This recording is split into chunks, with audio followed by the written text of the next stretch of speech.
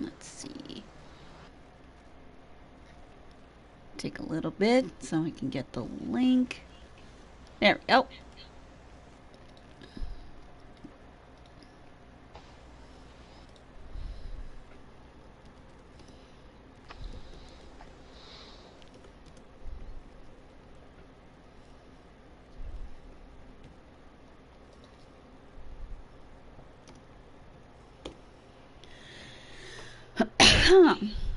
Sorry about that, folks. Like, I've got myself a bit of a minor cold starting up.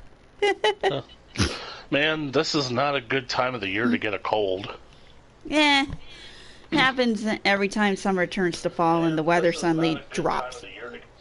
Yeah, I always hate getting a cold around this time of year because for me, colds and coughs, they last for months. I mean, I get past the initial cold part, but the cough, it basically can linger with me for like 4 friggin' months. And I have no idea how to get rid of it. It just will not go away. So, but getting a cold around this time of year is bad. Thanksgiving, all that stuff, you lose your sense of taste. You definitely don't want that. Yeah, anyways, health complaints aside, hello everyone. Welcome back to PowerWash Simulator. Sorry about the strong delay. Halloween was a very busy weekend for me. Yeah, especially since that was the weekend that Final Fantasy XIV decided to put out their Halloween event, also known as All Saints Wake. And I made plans with my sister to do the event with her, along with my friends. You guys probably should have streamed that. Yeah, next year. Anyways, so as you noticed, we got 2 jobs left. So yeah. Let's see. Spanish Villa or Solar Station? Thinking of the Spanish Villa first. And anyways, as always, I am joined in by my partner in cleaning, the eccentric Mr. Chaos. Hello. And Mr. Giggles over here, the always fearsome Miss Linkzilla. I'm sorry, but I'm just basically thinking, you called him partner in cleaning. I would have called him your partner in grime.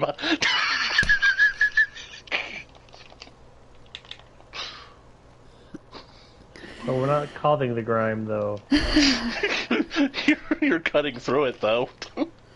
Ay, ay, ay. And there's the pun of the stream. Anyways. So yeah, there's a bit to talk about, and someone's having fun on another game. Nah, don't know what you're talking about. Anyways. So, figured, why don't we start up with the Spanish Villa from Felicia Margarita. Is this Dirt Finder General? I got your number from Mayor Jefferson down the road. He said that you're really powerful, which is what I need right now. Something amazing is happening to me, and my feeling has always been follow the energy and the life change, and life is a charging station. Oh, by the way, does your name mean that you do general dirt like dust? Only most of my dirt is much more specific than that. Thanks, Felicia Margarita. Trust me, Felicia, we do quite more than just dust.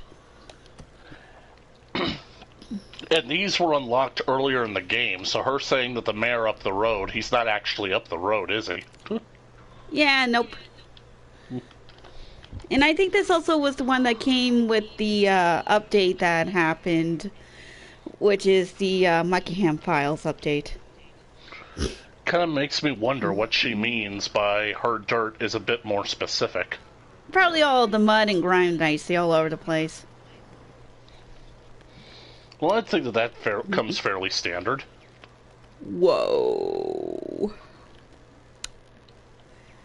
Yeah, definitely more than just a little dust. Well, I'm gonna get chaos in here. this place basically is a hacienda anyway. I mean, if you thought this was going to be easier than the solar station, you were wrong.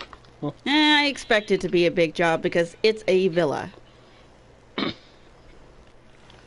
So yeah, anyways, PowerWash Simulator has been treated really well this past little while. For example, just recently, they've released a VR version. A VR version of PowerWash Simulator. Okay. I mean, if you Yeah. think about it, this game looks like it'll be perfect for virtual reality. Yeah, but here's basically what I want to say is that while I was basically struggling to find a job, there were some people that basically, like, they were power washers. They did come to the window and they basically offered me their card, basically saying, if you ever want to do anything else that helps you make more money, give us a call. And I'm like thinking, okay, so I basically watch people playing power washing and then I could actually be a power washer. But what I'm basically thinking is like, if they actually do, like, with VR heads, with this game being ported into VR, could you actually put that on your resume as job experience if you want to become a power washer? Not sure. Anyways, Chaos, I sent you an invite. I think that would be hilarious. You guys are going to have to forgive me, my voice being a little bit throaty. I took a drink before we started the stream, and it kind of went down the windpipe. Oh, I hate that. By the I hate way, it I too. see kitty paw prints all over the place.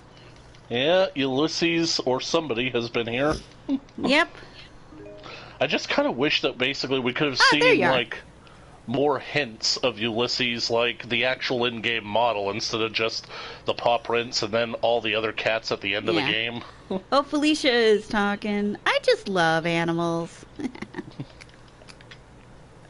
Yeah.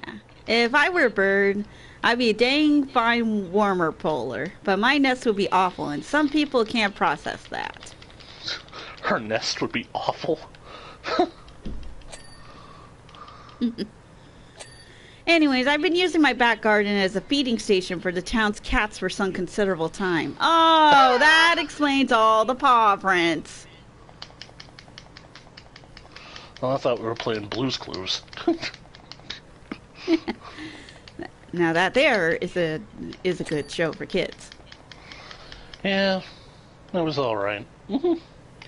Wow, it's like, oh, I thought for a second you were actually cleaning the water, because I thought there was water in the fountain. Yeah, no, the blue tile is always like a bit of a confusing thing.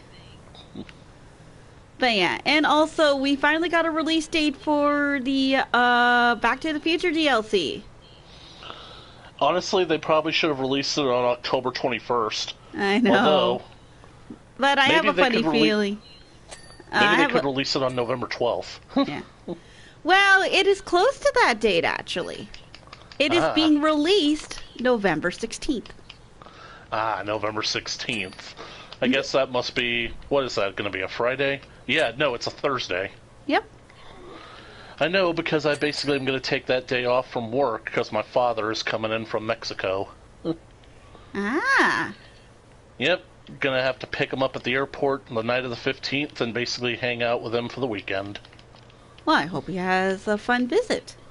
I hope so too, because he's basically like here so that we can basically celebrate Savannah's birthday. That was basically like, I think, on the penultimate week of October, so Aww. yeah. But yeah, November 12th and whatnot, like, basically there are a few dates in Back to the Future that are just basically related to the entire franchise. October 21st, November 5th through November 12th.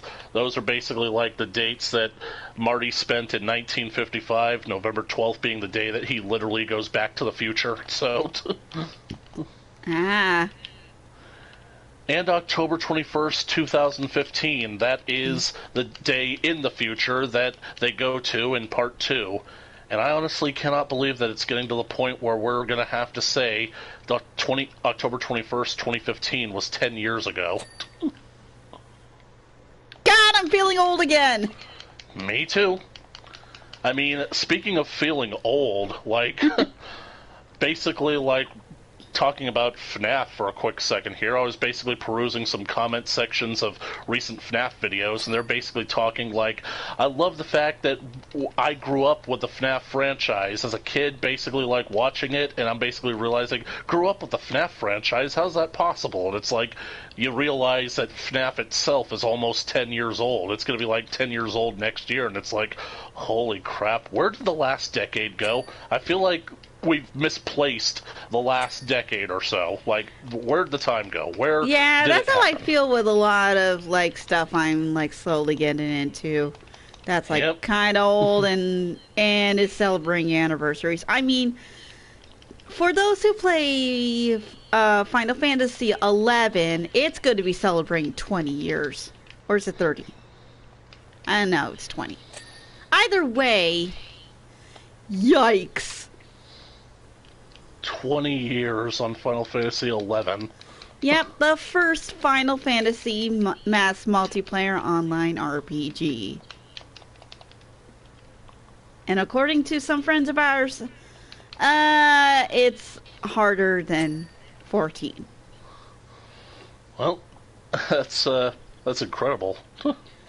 Yep, and why do I take such a strong interest in it pretty recently? It's because in Dawn Trail they're doing a 24-man raid related to that.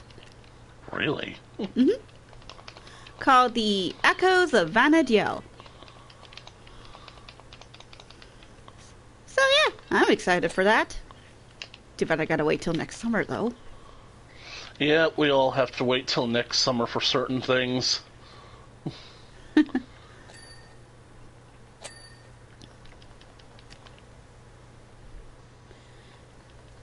So yeah. On the plus side though, at least we're getting some stuff in 6.5 to hold us over. Like for example, the Final Fantasy 14 side of the Fall Guys event was finally released, and oh my goodness! Wow, Fall Guys is doing Final Fantasy stuff. It's been doing Final Fantasy stuff since early last month. They basically do anything, don't they? Yeah, I should know because I got some the battle pass that was released until they had to until it ended on October the 3rd. Well, I didn't get like absolutely everything. Oh, Felicia's talking. They don't look like it, but cats are hopelessly helpless animals. Hopelessly helpless? I dare to like partially disagree. If they I didn't look wholly so disagree. cute, nature would have killed them off years ago. Ouch! The world's deadliest predator. But they've always been safe here, as you could see, and incredibly well fed. That definitely explains all the paw prints. I mean, there's even some on those rooftops that you were cleaning there, Chaos. I mean, it's literally a thing with cats. The idea that cats have basically evolved to be in their domesticated form, specifically to manipulate humans into taking care of them. That's not helpless at all. That's sociopathy. Well, they succeeded. Pretty much. Don't you agree, Chaos? Houseu has never struck me as a cat person. Chaos? Somebody pull his string. He's not talking. Shut up. I'm sorry. It was just because of the fact that I had to mute myself a bit because someone came in to talk. Oh, okay. Sorry. But yes, but I have interacted with a few cats. So, are you a cat person?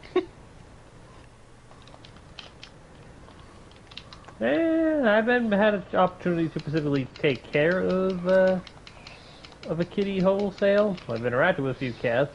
cats, but otherwise I've mainly interacted with just dogs. Yeah. That's not too bad. I mean, as you guys know, I had a cat once. And I loved her so much, I still make, like, different versions of her. My cat, Choo Choo. Aw. Yeah. Yeah, I've pretty much grown up around cats all my life. Had so many cats, and it's kind of sad to think about how they're all gone now. Yeah. It honestly basically makes me awfully tempted to just get a cat of my own, or maybe basically take in my sister's cats, because she doesn't want one of them anymore. But the problem is with my apartment complex is, like, if I want to take on a cat, if I basically want to have any kind of pet, that's basically an extra fee that I have to pay in my monthly rent. So it's like, and plus this place is so small, it's like there's hardly enough room in this place for me. So it's like, how the heck am I going to also have a cat on top of that? Yeah, things like that you gotta think about. I mean, sometimes I'm thinking about that too at my place. Yep. If it was definitely my sister's small cat, like Ezra, because that cat, I swear, that cat has basically been the same tiny, compact size ever since I first met her. And it's like, is this cat's growth completely stunted? Does it not get any bigger than this? Well, there are some breeds that are very small. Yeah, I need to look into those. Like, maybe a munchkin. If I can get myself a munchkin kitten, like, that would be really great. I am so sorry when you said that, because that was my nickname my parents always gave me growing up. They called you Munchkin? Yep. And I still am happy with it to this day. Love you, Mom and Dad. But yeah. By the way, that cat's name, by perchance, is your sister a fan of Fairy Tail, the anime? Actually, I wouldn't know. I only know like a handful of animes that my sister is actually into, My Hero Academia being one of them. Ah. Honestly, okay, I just thought I asked because Ezra is the name of one of the characters in Fairy Tail. Yeah, I think I know. That's the redhead, right? Yep. Yeah. But yeah, yeah, there's also the name of a Star Wars character. Yeah, she's definitely not that big a fan, especially considering that she named that cat before that series was ever a thing. Of course, I don't think she named the cat. I think she adopted the cat from somebody else. Yeah, whoever that person was, well, they were stupid. They were very, very stupid. There we go. I think that basically, like, the only drawback of the cat is that she is very temperamental. She's very suspicious, and when she basically wants attention, she will not leave you alone, but if you give her a little too much attention, she basically hisses and swats at you, and then basically just goes back to her corner. Huh. There we go. She is like the most cat you have ever met. She is the cat that is the most cat. She knows where it's at. Yep. Are you fiddling with something? Because I'm hearing some sort of, like, crackling sound somewhere. So It's my headset. It's kind of uncomfortable. Ah, okay. Yeah, if Link sounds a little different, he's got a change in headset. Yep.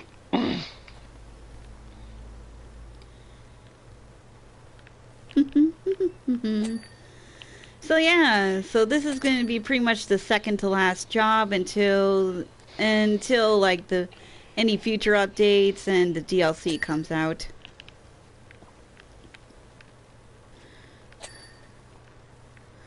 Which also gets me curious. What do you guys feel about virtual reality games? Honestly, I think that they would be a very good idea. Yeah. I think they're fine. The ones I've seen anyway. Yeah, I've actually tried a little bit of virtual reality in the past, mostly as samples over at conventions and stuff.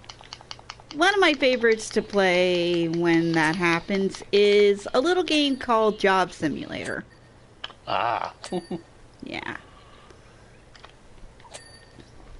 Like, can we basically, like, just do a commentary on that? Because we basically have already talked, like, about how PowerWash Simulator, in and of itself, it's basically like job training. The fact that games nowadays are basically kind of like, they're simulating jobs now. It's like, is that basically where we are in video game culture? I mean, there's been, like, simulator games outside of VR in the past. Oh, Felicia's talking again.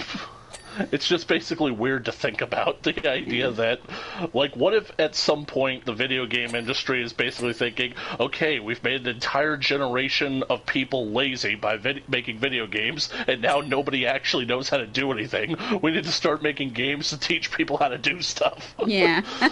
Anyways, Felicia said, so it was such a shock when all the cats suddenly took off on me. I'd given them nothing but love, affection, and cod. It was then people started knocking on my door, demanding their cats back. Knock, knock, knocking on heaven's door. Yeah, this is definitely coinciding with the main story for sure. Yep. I suddenly felt such relief. It wasn't me after all. Aww. It was everyone else that was to blame for the cat's disappearance. I will get my revenge on everyone in this city, except you. Yeah, we all know from the main story what actually happened. They smelt the ruins, and it gave off a very distinct cooked shrimp smell. I still find that so funny. The cats weren't responding to the danger. It was the fact that the ruins smelled like shrimp. I know! Well, that puts me in an appetite. Yeah.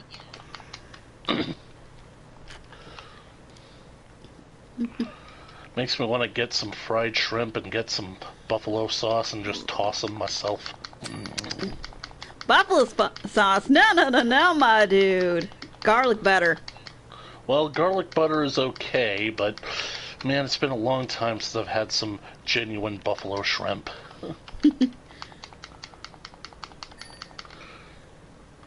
Yeah, I remember back in the good old days, me and my dad used to go to a bar called Cruisers every Thursday. A few friends of his, they would put on a poker tournament there on Thursdays, and they would also have a karaoke machine too, so while you're playing poker, you could basically get up to leave the table and basically go sing a few karaoke songs. And the entrance fee for the tournament, basically whatever it is you order off the menu, you get that value back in chips. So it's like you basically order yourself some buffalo shrimp, and you can basically feel free to play the game. Oh, dang. I say that's a good business practice there. Yep. It was fun, and I really enjoyed it. I don't think I ever won the tournament. I know that I came in third at least once. Oh, wait, there was one time where I managed to get all the way up to second.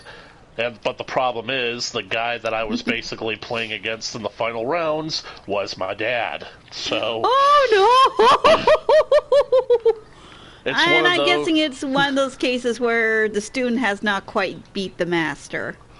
It was one of those situations where I taught you everything you know, but I didn't teach you everything I know.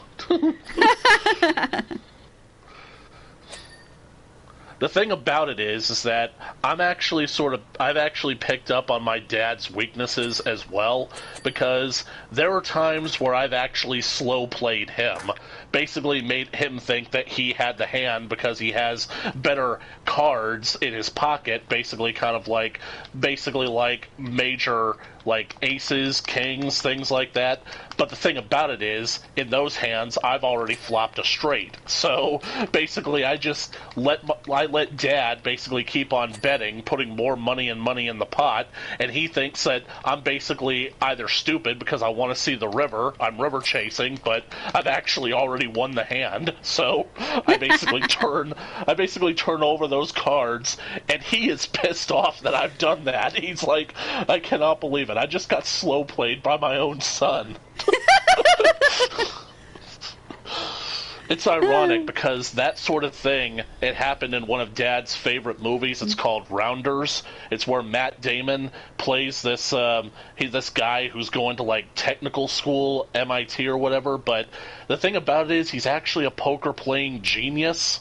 And, well, his buddy, he gets into, like, a problem with this Russian loan shark, and the only way they can get the money back is to basically, like, play a game of poker, and he basically, like, gets the idea, I'm going to basically play the loan shark and basically win back the debt, and that's the situation that they found themselves in with the loan shark guy. He's, like, he slow-played him. He kept him on the hook long enough for him to make the pot big enough, and he's like, okay, I flopped a straight.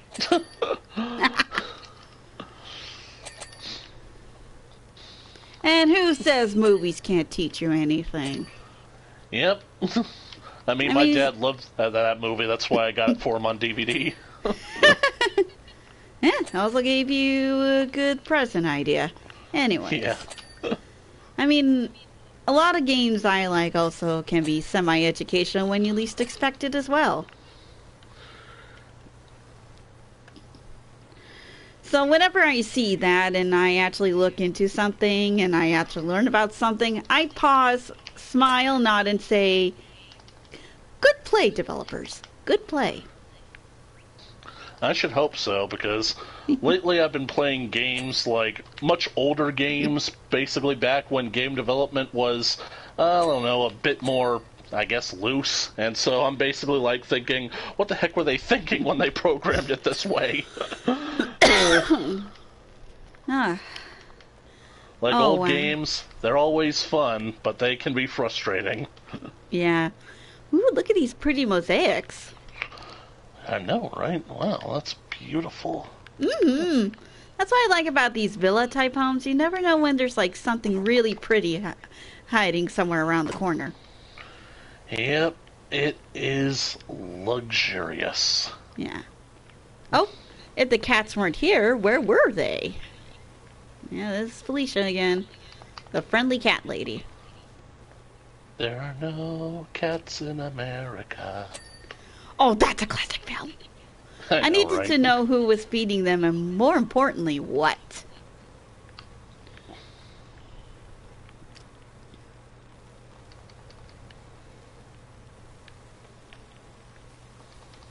I spent nights prowling the streets looking for clues and my days concocting incredible chowders. Oh, jeez.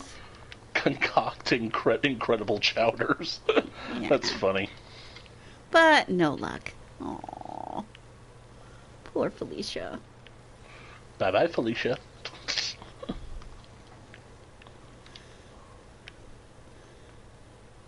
Wow, you guys are doing pretty fast. It's already at 62%. Yep.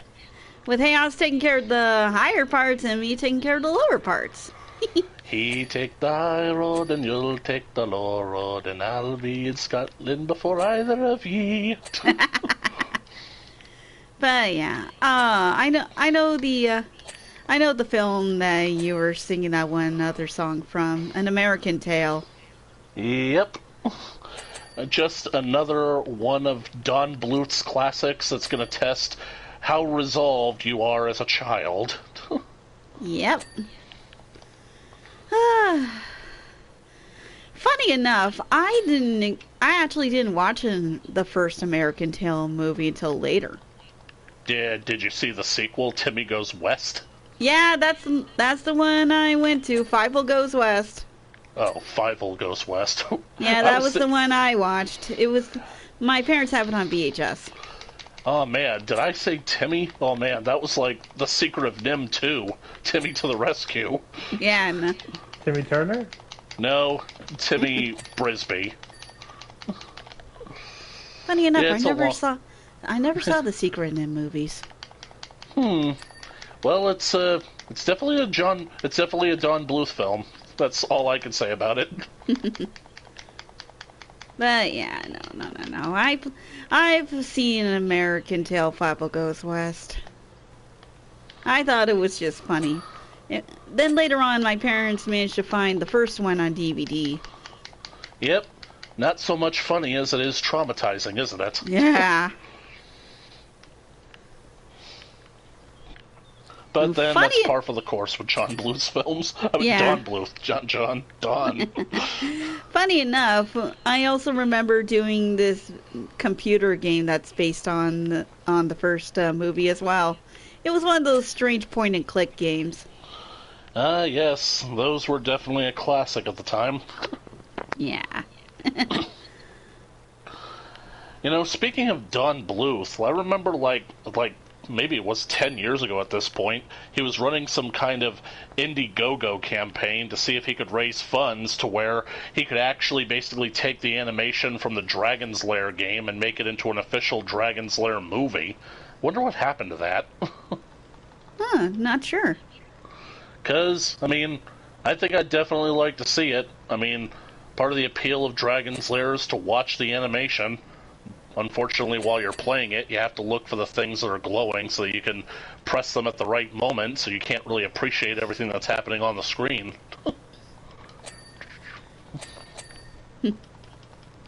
Yeah, if I recall correctly, he also did like some sort of spaceman game too. Space Ace. That's Yep. the one. I remember that one because JonTron did a video of the home release version of it. Oh, yes. It wasn't exactly the best. Yep.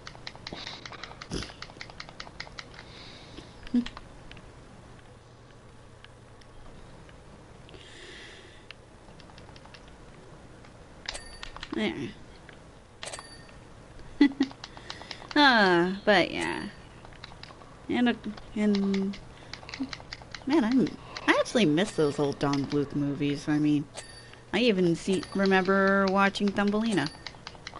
Yeah, Don Bluth definitely was a classic animation auteur, but like I pretty much said, there are some movies that I just won't be from him that I won't be able to ever watch ever again because now they're a bit too relatable. Ah. Okay, well, this courtyard area is nice and clean.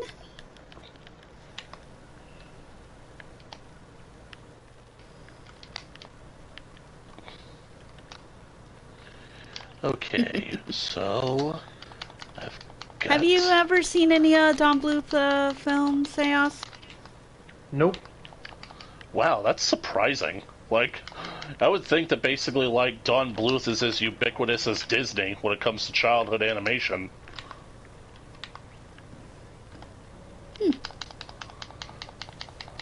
Well, maybe he has seen a Don Bluth film. He just doesn't know that it was done by Don Bluth. You ever seen The Land Before Time? Okay, never mind. Then I did then. See what I mean? I am right about everything.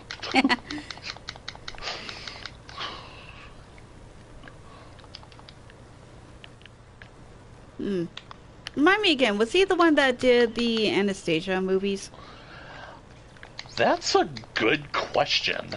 I want to say no, but my instinct is telling me it's possible that he was involved in that. That's something that... Because, I mean... Man. I think that maybe his studio might have been involved in the animation for it, but I don't necessarily think he himself was as involved in it, possibly because even though it might look like a Don Bluth movie, it definitely doesn't feel like a Don Bluth movie, if you know what I mean. Yeah, I hope you do know what I mean, because I don't know what I mean. Yeah. Oh, he was! Oh, of course. So, had to Yeah, put my foot in my mouth on that one. He produced and directed it. Unbelievable. And along with Gary Goldman. Did you say Gary Goldman or Gary Oldman? Goldman. Goldman, okay, with a G, so... Yep. Man, that is, like, ironic. Two guys with a name that similar. Yep. Yeah, see? Even just, like, talking about a movie, I'm finding myself, like, putting down my controller and doing some minor research. I find the whole thing about Gary Goldman funny. He's like Gary Oldman except shinier. Gary Oldman except shinier. Yeah, I had a feeling that. Anyways, I was asking about that because I had a feeling because I faintly remember Don Bluth's animation style when in Anastasia.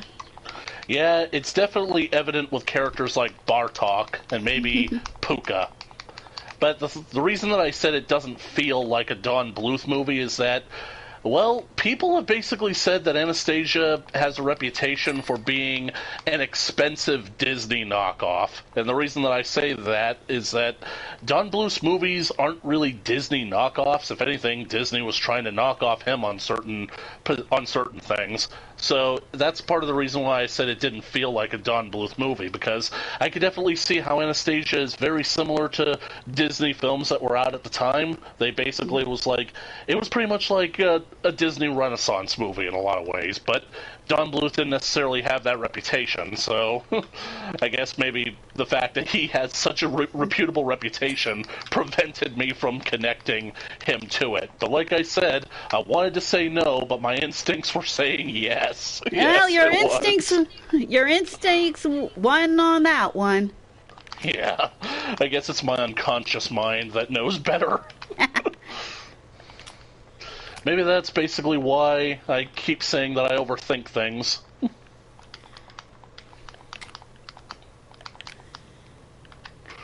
Ted, that's the problem. Yeah. You overthink. Maybe you should overdrink. Speaking of which, I'm gonna go grab a soda.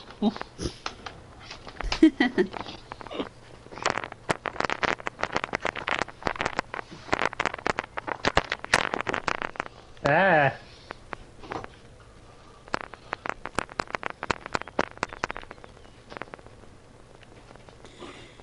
That's the problem with new headsets on older systems. Sometimes you get that staticky sound because they're still warming up. Mm-hmm. Oh, Felicia. So I guess if they moved all on, then maybe it's time for me to too. They moved on. Maybe it's time for me to too. Hey, once the garden is all cleaned up, I'll be able to have guests around again. Lots of them. So is she basically saying that the garden only got this way because of the cats? Probably. I sure hope everyone likes chowder. Hey, I like a good clam or seafood chowder. Not by the Tim Hortons brand, though. That stuff is gross. Hmm. Well, when all else fails, you can do what my cousin Nora. They'll always recommend and just get a whole bunch of dog treats.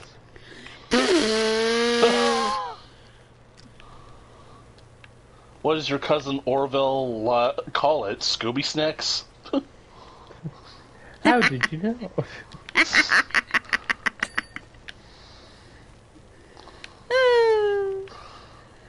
If only your cousin was named Norbert, that would have completed the joke. Oh, dang. We completed a lot of things at the same time, Chaos. Yep. You guys are so in sync. Yeah. Oh, next summer's going to be busy. There's going to be a lot coming out. Heck, even like going up to December, it's going to be busy for gaming. Not just because of the holiday season, but Generation 9's second part to the DLC is also coming out then, too. I don't even get how you guys can think that far ahead. I don't want to think about summer. I don't even want to think about December. Well, it's not our fault because, of course, they announce the release dates like months in advance. Yep, they do. Because right now I'm just thinking about how, because of like Luigi's Mansion 3 and Jack 2 and all the stuff that I basically have had going on at work, I've kind of fallen behind on certain things. Because I basically have to have another monstrous moment done literally by the end of November. And I basically told myself every single weekend in October I'm going to knuckle down and write the script for this thing because I want it to be a short video that I can hammer out in just maybe 1 week or so. But I'm still Let me guess, it's for. Let me guess, it's for the Big G's birthday. Well, the Big G's birthday was actually on Friday, his 69th birthday. It's actually to celebrate something a bit different, because Toho is actually releasing a brand new movie, Godzilla -1, and it's getting a one-day-only American release here in the United States, and the theater near me is actually going to be picking it up, so... Oh, jeez! Yep. So what, is this the prequel before Godzilla became Godzilla? No, actually, I think that it might be the closest thing that we get to a legitimate remake of the original Gojira, where it takes place in the 1950s, basically after World War II. In fact, it actually might take place in the 40s, because the whole idea behind it is that after World War II and the atomic bombs, Japan was left at a net zero in losses. Basically, like, that's how bad Japan was. They were basically at zero. But then Godzilla shows up and puts them at -1. As in, that's how detrimental Godzilla showing up when he does is. So, this actually might take place directly after World War II, but the idea about it is that this movie could be the first legitimate 100% reboot in the entire Godzilla franchise, because most of the other reboots have always had the first movie kind of in perspective, and they kind of work like sequels to that. Dang. Kind of, yeah, so... So, this time, with this movie, I figure that for my monstrous moment, I'm going to basically talk about, like, something from the original Godzilla film. And I basically have had this in mind for a long time. It would make for a really great moment, so... Hey, why not? I mean, Godzilla is pretty much half of your character right there. Oh, he's basically my personality to begin with. But another thing is that in addition to... But I gotta basically have that done by November the 30th, because December the 1st is literally the very next day, and I gotta make sure that I have the resources to go see that in theaters, because it's only gonna be a one-day showing, so... Yep, looks like I have to break my no opening weekends policy. Well, it can't be helped since they're only doing it for one day, so... Basically. But more than that, I'm also going to have another one done by April, because the new Godzilla and King Kong movie is coming out. Ooh, boy. I honestly can't believe it. It literally feels like just yesterday that the last one was coming out, and I was basically talking about how this is a groundbreaking movie that is literally making history, and now basically they're doing another one. And it's like, huh. Well, speaking of December and everything, I've already made plans for my New Year's stream. Oh, really? What you gonna do? Well, it's or gonna is be it a surprise? Well, I'm going to get. I'm just gonna say it's one of those Pokemon ROMs, Pokemon fan-made games. That's gonna be a little different. Different as in scary or something else? Well, for one, I call dibs on how half of the team ends up going, in a matter of speaking. Is it going to be a Nuzlocke? No. No.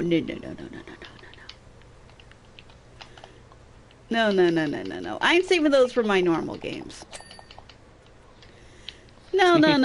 And when you said scary, I say depends. Yeah, I guess it really does depend, because in my worldview, the entire Pokemon concept is terrifying. Okay, want me to tell you? Sure, go ahead. No, I want to do a hint. Oh, okay. Alrighty, so for this Pokemon game, it utilizes a concept specifically introduced in the Boo saga of Dragon Ball. Oh my god, it's Human Extinction Attack. No. Well, you can't blame me. My mind always immediately goes to that whenever I think Pokemon. No, it's the other famous thing. Fusion. There you go. Oh man, I was hoping I was going to get that wrong and have to guess that you're turning Pokemon into candy. Yeah, no, I picked up the Pokemon Fusion Infinite game. And we're going to be having a fun little journey with that. So but there's people a are twist. actually... Oh, really? Go ahead. I'm randomizing the wild Pokemon. And the starting Pokemon. And the starting Pokemon. But it's not a Nuzlocke, so... So basically you could run into any kind of high-level Pokemon earlier in the game?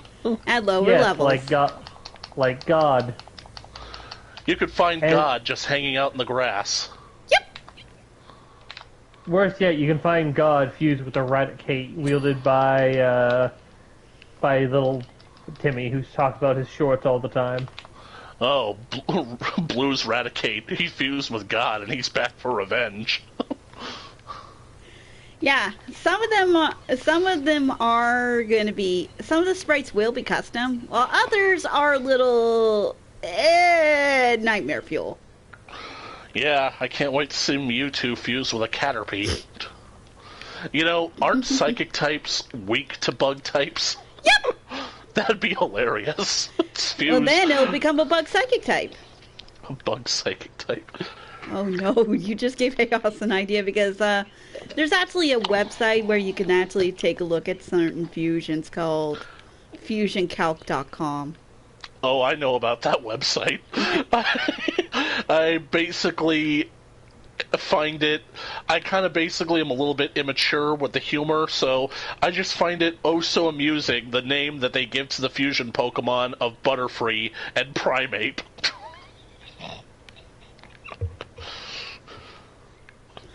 I don't want to know. You probably don't, because it's probably not something that I can say on the stream, but I just can't help but find it funny. Come on. There we go. Wow, 99%. Yep, this is the last area that we, oh my god! Chaos just sent something. What Yeah, happened to its guy arms? delivered. What happened to its arms? delivered. What happened to its arms? You're looking at him.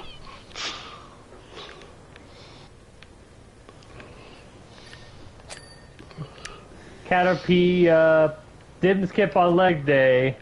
But I think that was the only thing he didn't skip. It kind of reminds me of those dorkly videos where you basically, like, get up in a match against Red. His level 100 Pikachu is just basically got this bodybuilder's body. Oh god, those things always scare me.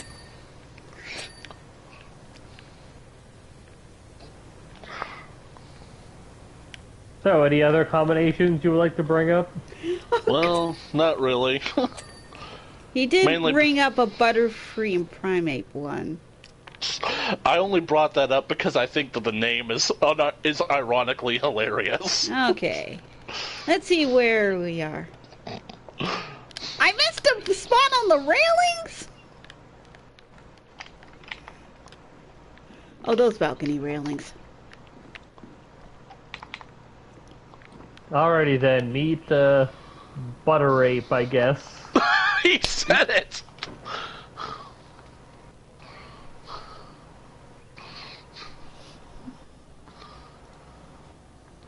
Okay, that's oddly adorable. Kind of reminds me of a Venonat, weirdly enough. I know, right? Ah! For some reason, It's like I one of can't those- do ladders.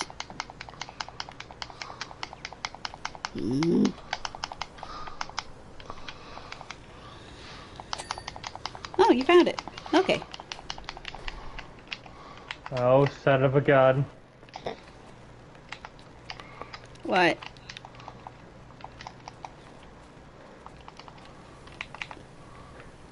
We should... I I think the world's deadliest assassin lives here. Oh, really? Yeah. I found the calling card. You found a gnome, didn't you? No, not quite. What'd you find?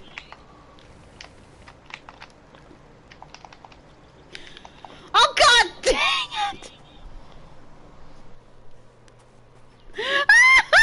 47. Funny. Yeah. Those who play the Hitman games will know what we're talking about. And me, who's never played the Hitman games, I just know Agent 47. I gotta go to use the bathroom. I just streamed that game again. I recently got myself the brand new Codename 47 suit, which is the original model from the very first game. Dang. And I don't mean that they redid it. No, I mean they straight up took the model out and tossed it on top of 47. Not the first time someone did that for one of their games. I mean, Nintendo Yeah, but it would did. just be so jarring seeing 47 specifically do that. I mean, Nintendo did that in Odyssey as one of like the last costumes for Mario. Is that you can dress them up as N64 Mario. Wow. So, basically a costume that's basically a digital downgrade. Yep. I'm not gonna knock it. Heck, part of the reason that I haven't played Twilight Princess yet is because I'm looking into basically getting mods that'll make it look like Ocarina of Time. I don't know why, but now I'm just thinking about the idea of just like a game franchise that like they started off like in the earlier periods of gaming history, but instead of updating their character, they updated the appearance of everything else, but the main character remains the same oldie sprite / model from the original. You know, I actually wouldn't mind that. Okay, where is this thing?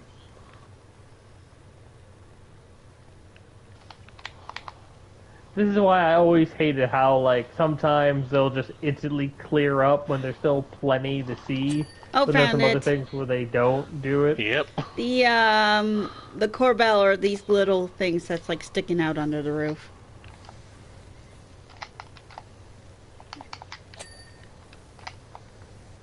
The last one. All right. Window ledges and window frames.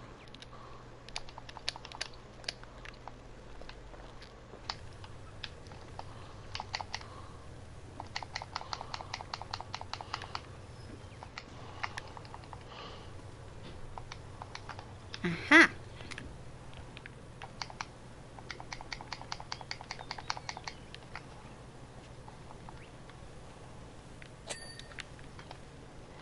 Oh.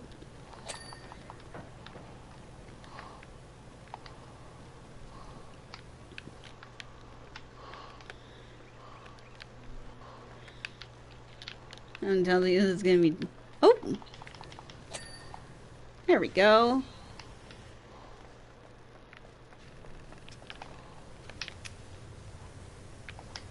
Okay, so it's the terrace bell next up there. Okay. Oh.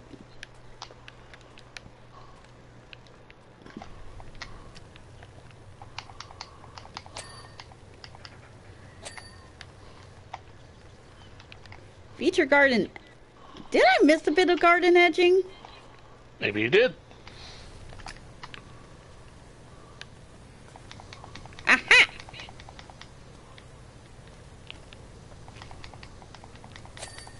Yay! There we go. Yay. Oh, and that only took us an hour, so we got enough time for the last job until the next update. Definitely. Can't tell you how clear my mind feels walking around my garden now. It's like you've taken out my brain and soaked it in formaldehyde. Don't do God. that, people. That villa looks so friggin' nice. Makes me want to build it in Minecraft. Mm-hmm. Already, the universe has spoken to me. I was staring blankly from my balcony down to the hanging baskets below, wondering what my light's purpose was, and when one of them suddenly fell to the floor, flipped over on its back, and it all came to me, my new calling. Run a home for disaffected land turtles. Land turtles.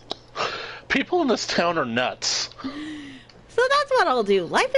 Isn't life incredible? Say, do you know a romaine lettuce wholesalers? Sorry, but I'll look that up for you. Okay, so. Turtles, lettuce. Alrighty, last but not least is the solar station. Back to the Malka Itu Desert from Thrust Industries. Of course. Dirt Fighter General, hi, how are you? All's good, I hope. Excellent. Same. I'm Anna, head of Cornistics at Thrust Industries, and I have an exciting opportunity for you. Now, I don't know how much you know about solar energy, and in particular solar farming. Don't worry, we're not putting cows on the surface of the sun. Nothing like that. No, we utilize the energy from the sun by trapping in a complex photovoltaic cells that form structures that we call solar panels. Let me riddle you this. What's good for you but bad for us? Give up, I'll tell you. Dirt!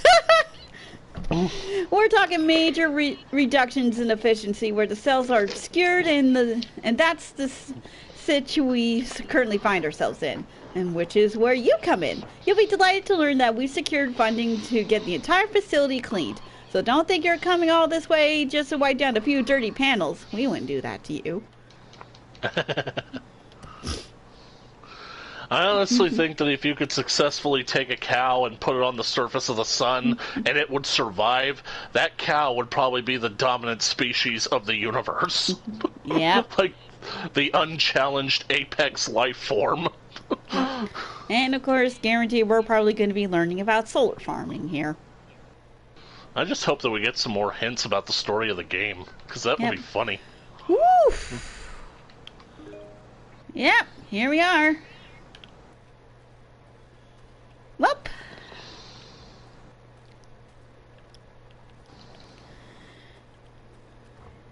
Guess it's time for us to get to work. Feel free to clean the facility in whichever way you please, as long as it's systematic, efficient, and allows for its reopening at the earliest possible opportunity.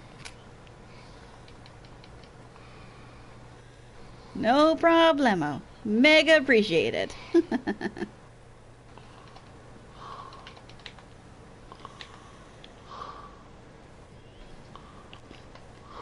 So yeah, this is gonna be fun.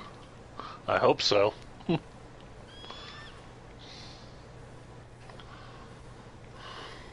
Let's just hope we don't have to deal with, another hidden alien ship again. Honestly, that's kind of what I'm hoping for. I'm basically scanning that desert looking for footprints. Oh. Hello. Welcome to the stream, Joshua. Hello.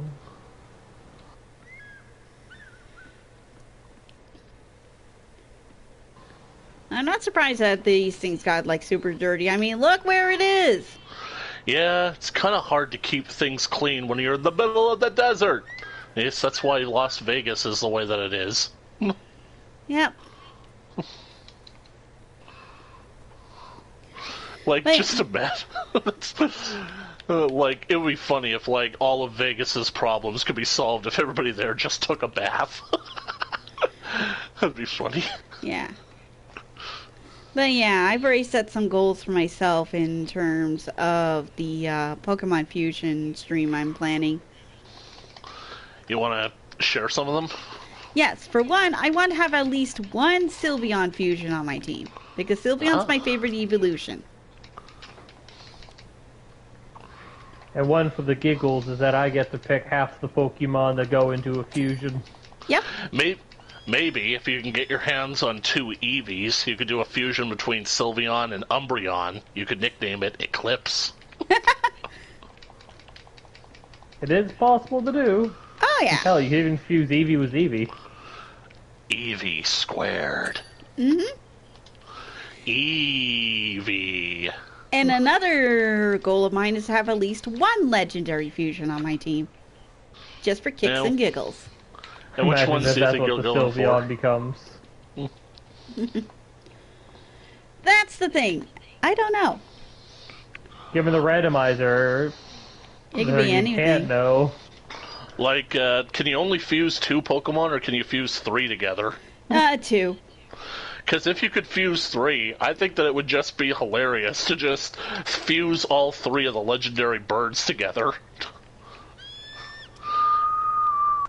And then maybe fuse the legendary dogs.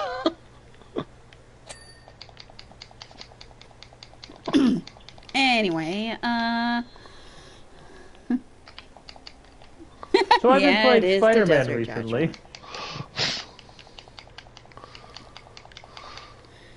Yeah.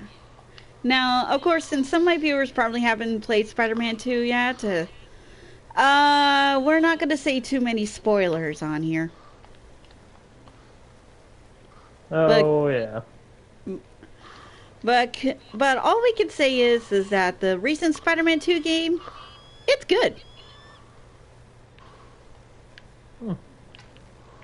Not a flawless game by any measures. Mainly just because one bit that the Insomniac loves to do for whatever reason that I dislike, that they keep on changing the models for The characters. Yep. Yeah. They changed Mary Jane, they changed Peter when they remade the first one to look more like Tom Holland for whatever reason. Yeah. They changed a little bit of Miles' appearance. Not as drastically as the other two, granted. But still Yeah. somewhat present. And I definitely think it's the consensus that Mary Jane's new model is definitely a downgrade. Yeah, Joshua says that's a good enough spoiler for him to make a report. Ah.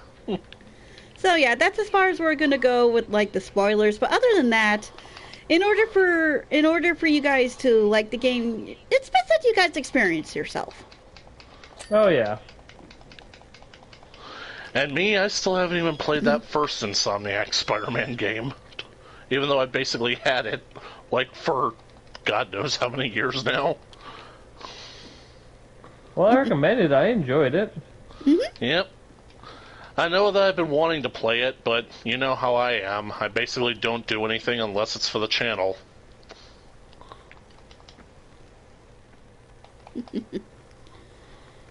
But yeah, aside from the models, it's a pretty good game.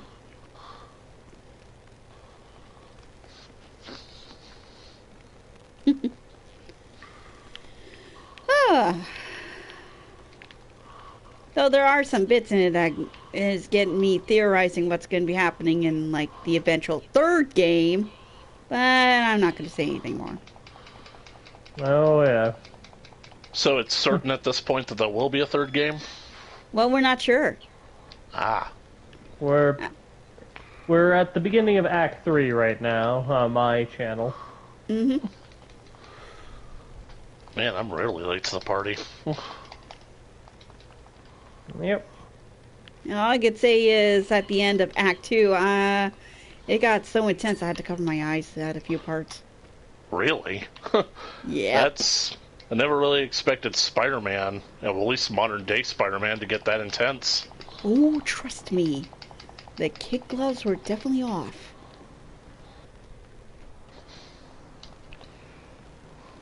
But again, we won't go into too much detail. Mm-hmm. But hey, at least the way it traveled was fun. Yeah, because I've seen gameplay footage, like, instead of just web swinging everywhere, you now kind of have this kind of gliding flight suit, where you basically the web glider. The web The glider. web wings. The web wings. So you basically Yeah. can just... At this point, you're basically flying. Yep. Yeah, pretty much. Like a bird, not like Iron Man. And it's actually based on an actual IRL spider that makes itself a little glider out of its webs.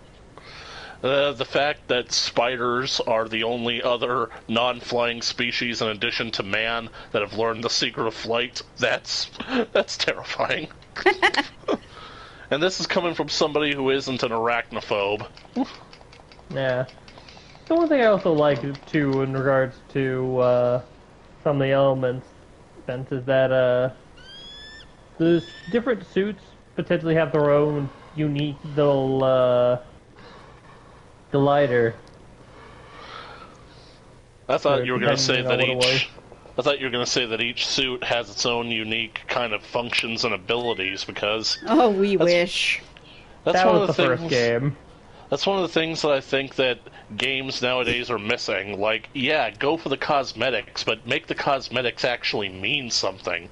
Like, give them additional powers, unique attributes and abilities, so that the characters, the players, don't feel like, yeah, this is good, but it's just a costume, you know? Joshua, let's not talk like that on my streams, please. What's this kid saying? I gotta see. I'm not gonna repeat. Ha ha ha ha. Right. Ow, the edge. Thank you.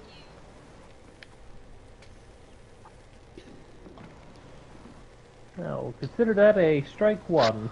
Mm-hmm. Yeah. Here with Spellcaster Kitsune, we welcome anyone from around the world. As long as they're nice and polite. Mm-hmm.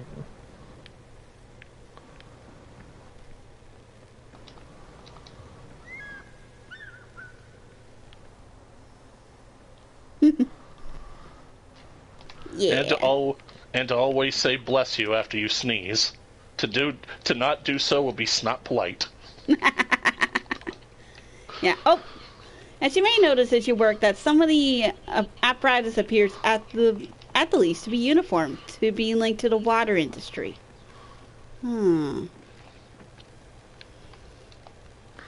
So you might say that we're in Hata Wata. Yeah, nothing could be further from the truth. Okay.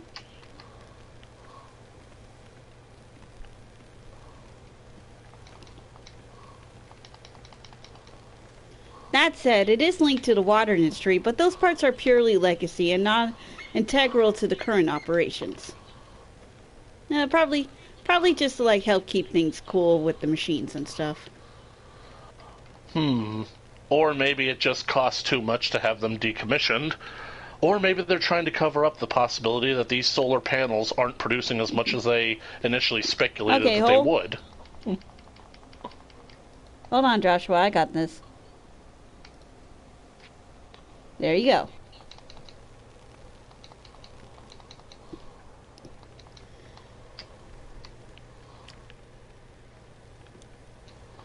Yeah, sorry, for some reason that feature is only like available to moderators and stuff, so.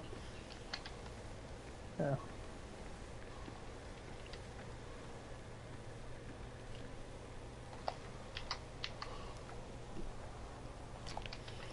But don't worry, I took care of it for you, so we're all good.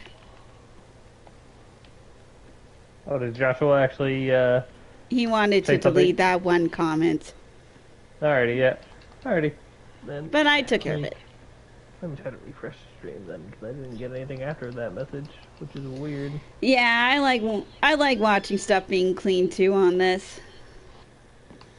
There's just something so satisfying about watching everything get all sparkly clean. There we go. Oh.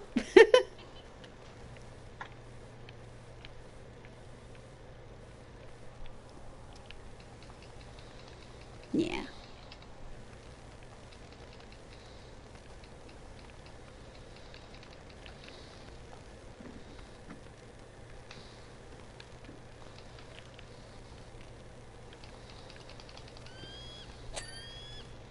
There we go. I believe that's almost all the solar panels. We'll get this one.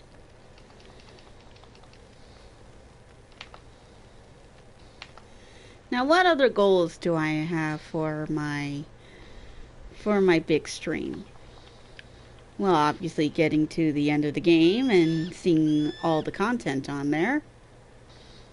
Praising Helix. Yeah, that's the thing. I'm not going to randomize the fossil Pokemon. It was hilarious seeing someone who did, Oh, and thank then you, Joshua. like, well, hey, you get a fossil Pokemon. Turns out, gets a piece of soda instead because it counts as an item. Yeah, I'm not randomizing items. That'd be funny, though. Speaking of which, did you guys ever basically notice when you played the original Pokemon games that basically you come to Fossil Road and you basically have a choice between one of the two fossils that you can pick? You can only basically pick one of them, and whichever one that you pick, some other guy takes the other one, and yet when you get to the town that has the Safari Zone, I can't remember what it was called, you actually see the other fossil that guy took, which means that by this point he's already been to Cinnabar Island and had it brought back to life. Huh, I didn't notice that. Yeah, it's kind of like a cool Easter egg, because it's like you miss out on basically having that fossil as a Pokemon, but you still get to basically see it, and it kind of gives you a hint of what you're supposed to do with it.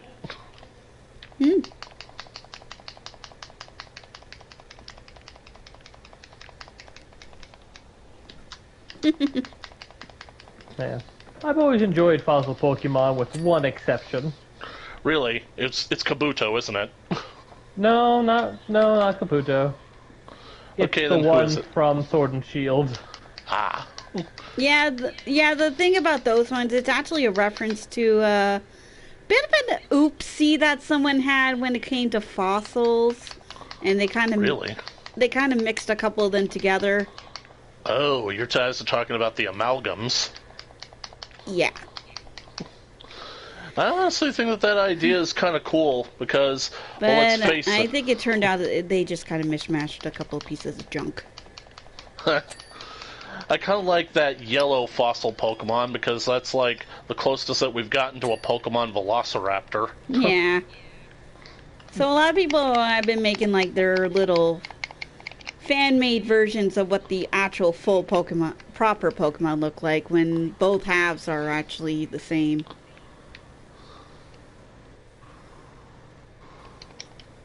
Yeah, because no matter how you go about it, you can't get the original fully intact, the fossil Pokemon. Yeah. But it's like Malcolm says, at times like this one feels, well, maybe extinct animals should be left extinct. Don't you have that feeling now?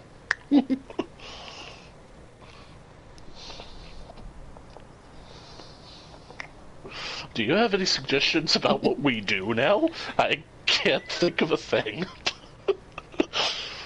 They say as the Tyrannosaur turns and starts coming toward their car. Do you have any suggestions about what we do now?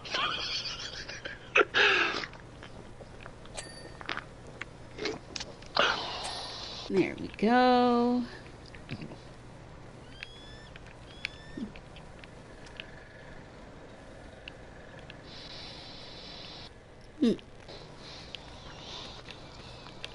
Okay, where's that ladder? Ah, there it is.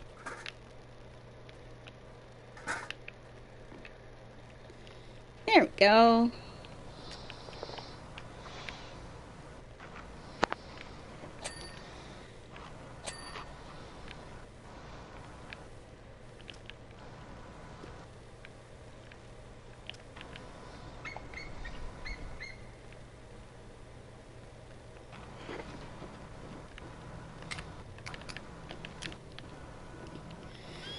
Ah.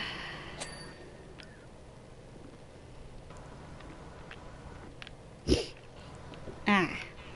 Dang, I hate these season changing colds. Yep, they are definitely no fun. Mm-hmm.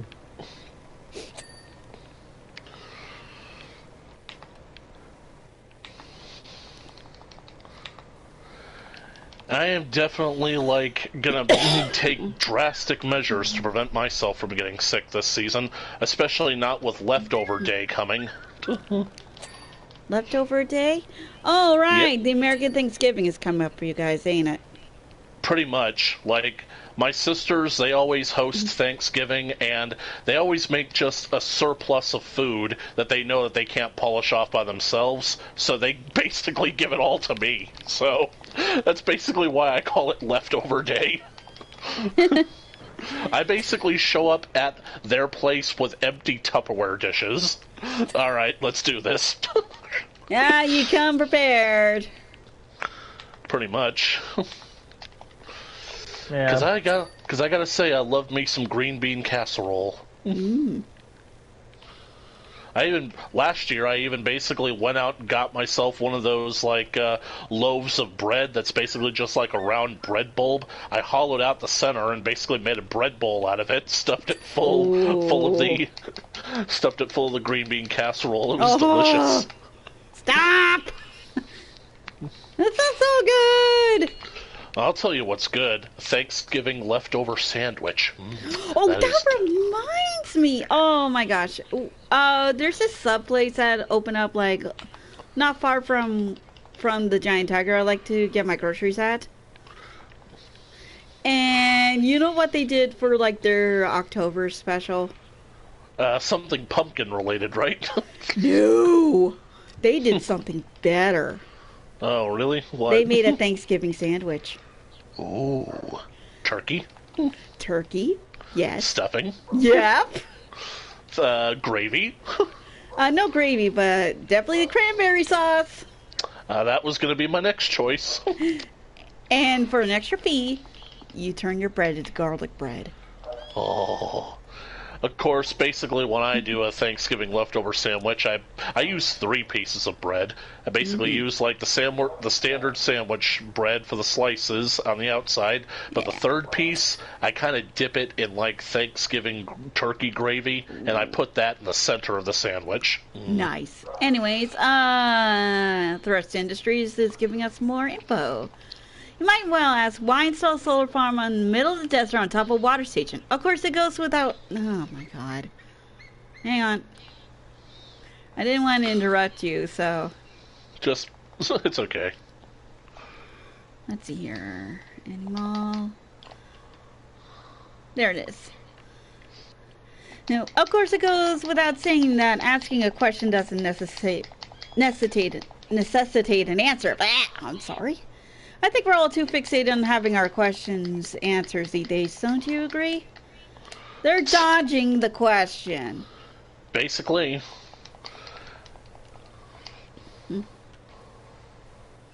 Sus.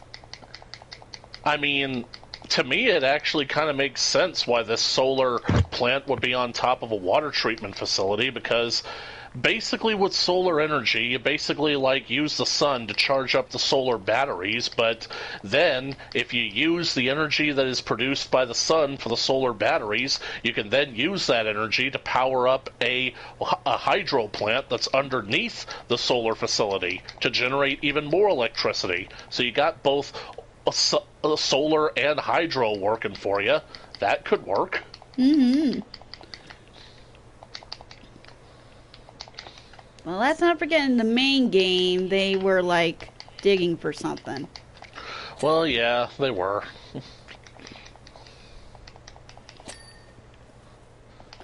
Maybe they were also trying to tap the volcano. Geothermal, that's an incredible power source as well. Yep. And that almost caused the end of the world. It caused the end of Jurassic Park, I'll tell you that.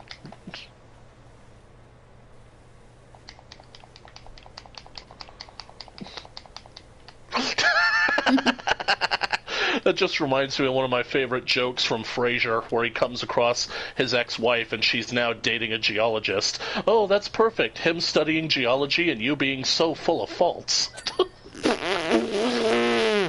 Oh! Ow! Yeah, that was scathing. Being so full of faults. Oh! If that wasn't a sick burn, I don't know what was. Yeah.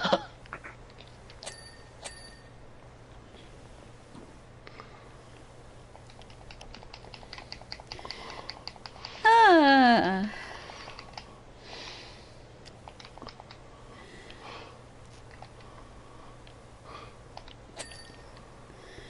Do, do, do, do, do. How's it going up there, House? Yeah, doing good. Getting the big panel all set and clean. You, Nice. you got any satellites bumping into your head up there? Not quite yet. Yeah. Yeah, that's like a joke that basically, like, I can't help but think of, because that's a joke that, like, my dad used when he went to Texas and he went to Six Flags over Texas and he rode the biggest roller coaster they have there. That's something called the Titan, I think. Like, they've got, like, on the Titan, I'm pretty sure they've got, like, a cartoon statue of Wile E. Coyote up there holding a sign that says, "Wait, can we talk about this?" Anyway, he basically says, you basically are sitting in the cart, you get all the way up to the top, and you sit there for a moment, you got satellites bumping into your head, and then they just let you drop. You got satellites bumping into your head.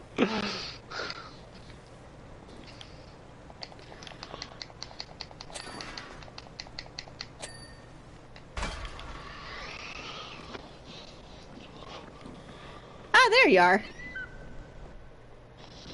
Honestly, for a second I thought the scaffolding was part of it.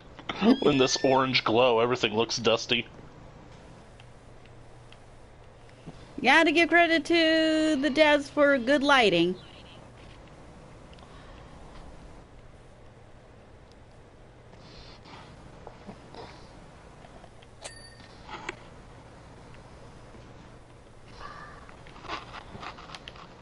Right then. Whee!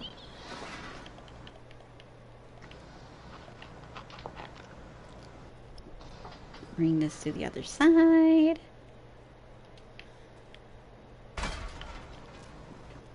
And move on up. Oh, Moving on out.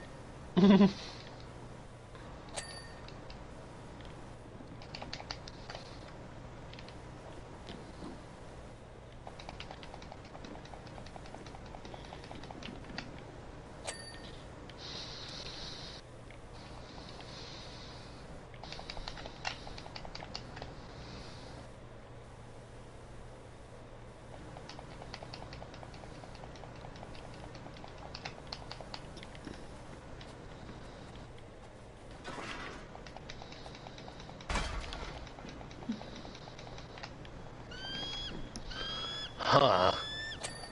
I just had a bit of a realization. Hmm? I just had a bit of a realization, and it's got to do with the FNAF movie. Oh, Yeah, I mean, like, you guys won't mind if I talk a little bit about it, will you? As long as I get to talk about my bear-related thing afterwards, sure. Why don't you talk about yours first, Chaos? I'll ruminate on mine a little bit more. Alrighty, so have you guys ever heard... Well, Link, oh, well, I guess she has, but Link, have you ever heard of a game called Naughty Bear? No, actually, I haven't. Alrighty, so long story short, it's a game that takes place on an island known as Paradise Isle, and it's filled with all sorts of creatures that are filled with fluff and whatnot, and is the primary residents are a bunch of people-sized teddy bears. And they all have all sorts of names that would not stand out of something among the likes of Teletubbies. Quite frankly, the only plush bear that, frankly, that I know of is a very silly old bear. A willy-nilly silly old bear.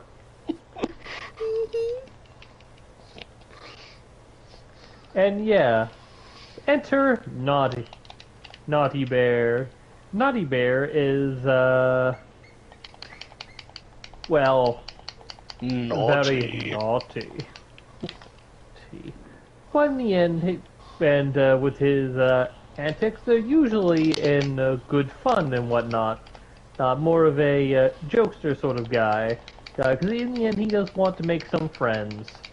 In fact, in the very first mission of the game, he tries to make a present for Dabbles, who I will go into more a bit later.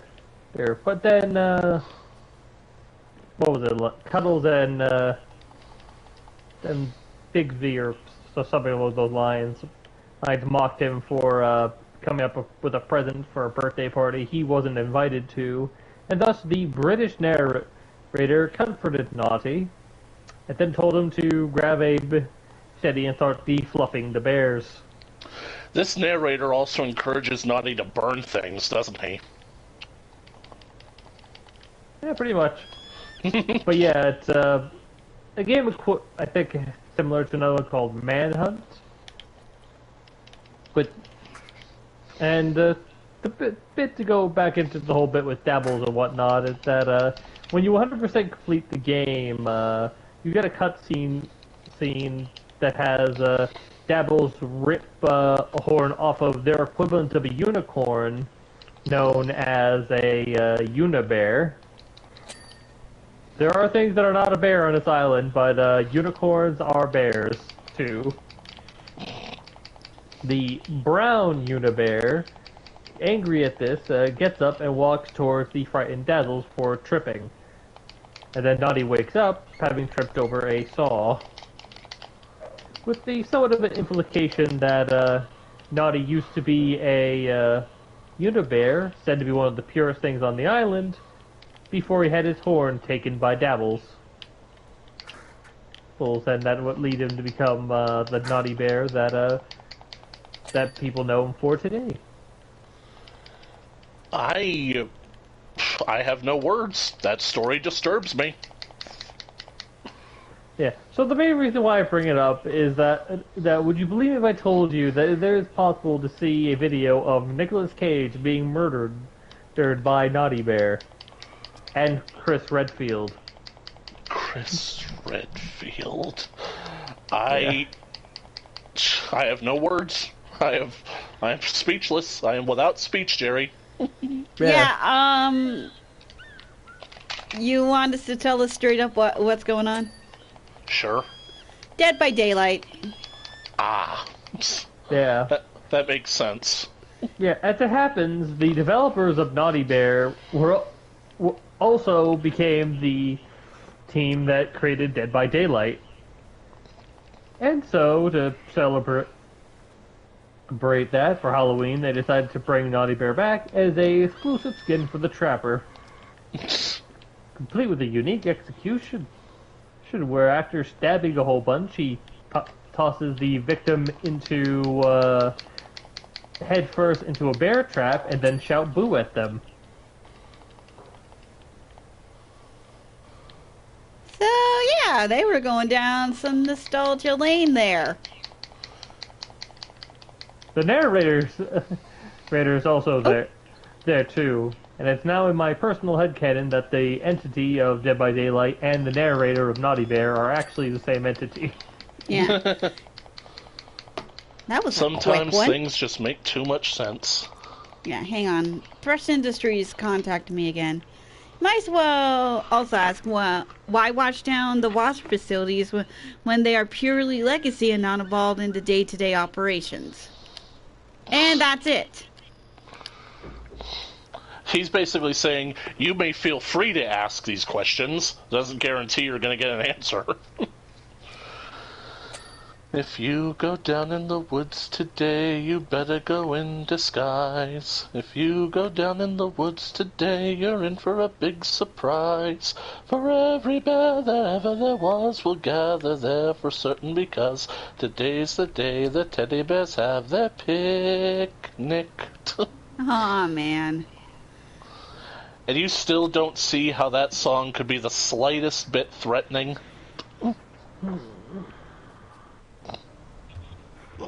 I knew, because when growing up as a kid, there was like sort of a teddy bear picnic sort of thing that was used to raise money for a children's hospital in Ottawa.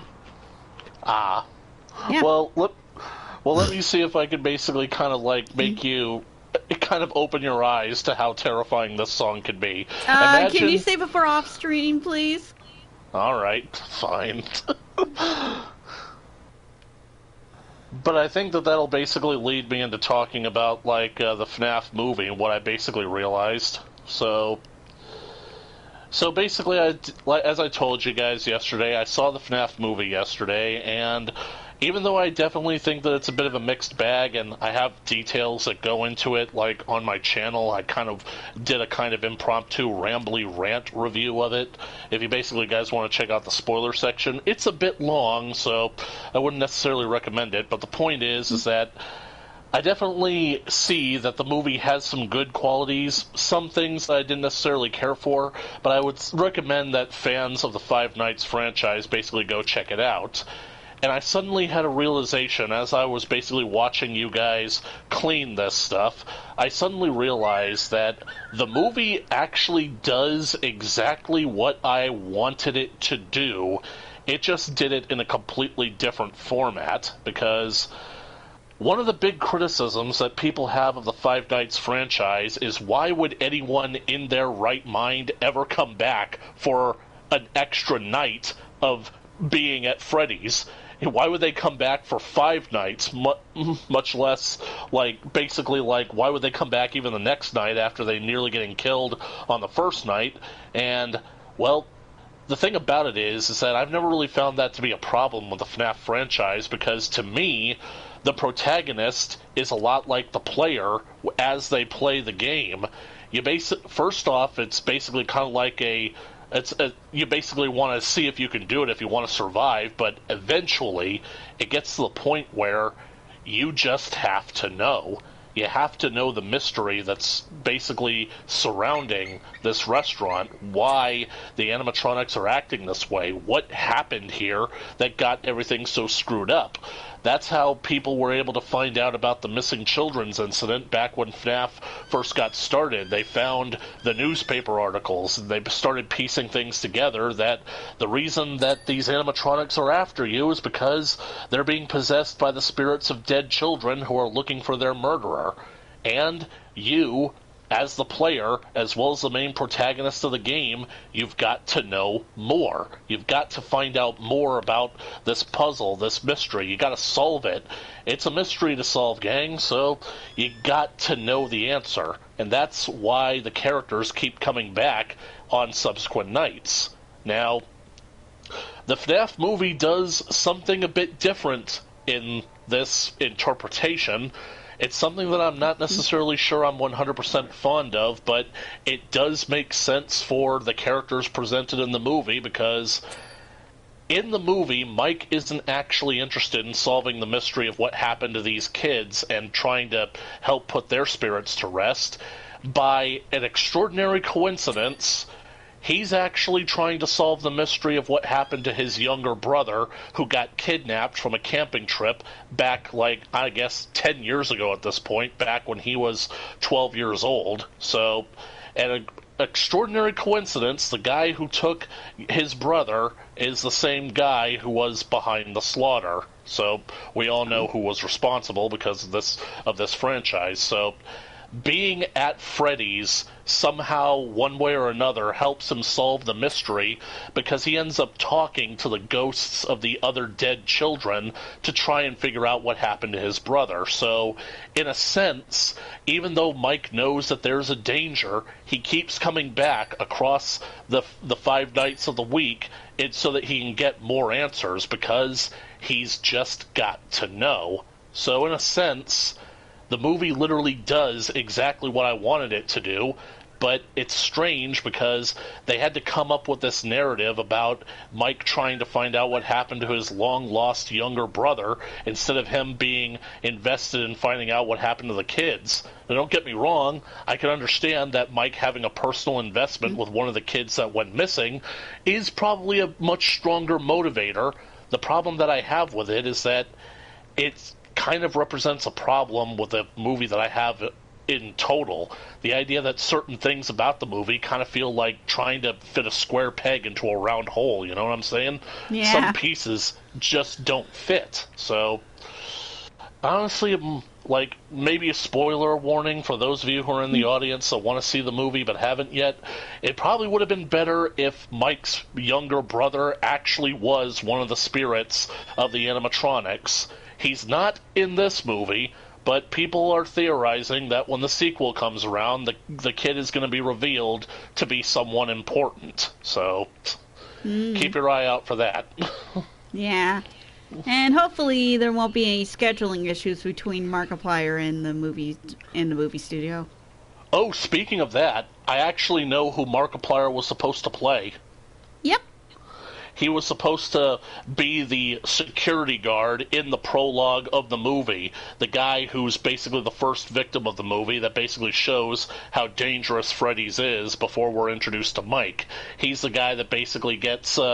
we basically see him like trying to escape through the ventilation shaft in the office. We hear the animatronics breaking down the door. He gets into the vents and tries to find a way out. He finds himself in the back room where he basically gets cornered by somebody and then wakes up in the Freddy Saw mask thing. So that was supposed to be Markiplier.